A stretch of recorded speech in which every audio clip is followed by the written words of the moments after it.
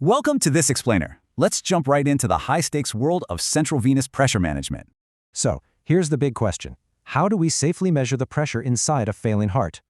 CVP basically acts like a window into right-sided heart function, guiding our life-saving fluid resuscitation. The magic number? 2 to 8 millimeters of mercury, measured at end expiration while laying flat. Extremes totally dictate your next move. Too low means pump those fluids. Too high? Hold off. Step 2 is CVP line insertion. Let's look at how we get that access safely.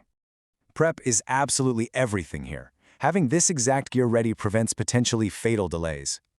We use the Seldinger technique. It's a strict sequence: landmarks, wire, dilator, and finally, the catheter. Okay, but how do we guarantee an accurate reading? It's all about a flawless, strict setup. The phlebostatic axis is literally your zero reference point. You need this for accurate pressure data. We read at end expiration, right? Because that's when chest pressure interference is at its absolute lowest.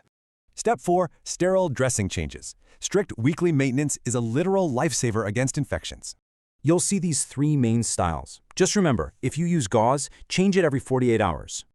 A standard kit packs the essentials: masks, sterile gloves, chlorhexidine, and that clear dressing. The golden rule: ungloved fingers never touch the outside. Follow along closely to keep things perfectly sterile. First, just pinch the cuff with your non-dominant hand and slide your dominant hand right in. Always keep your hands above your waist. Now, slip those gloved fingers under the second cuff. Slide your other hand in, making absolutely sure your bare thumb stays out of the way. Only touch sterile to sterile for final tweaks. Boom. Now we're ready to clean the site. Take the old one off, clean it, but never blow on the chlorhexidine. Let it air dry.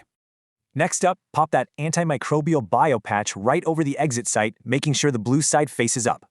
Finally, smooth out that clear dressing so it covers at least an inch around the whole site. Every single step literally shields a fragile life.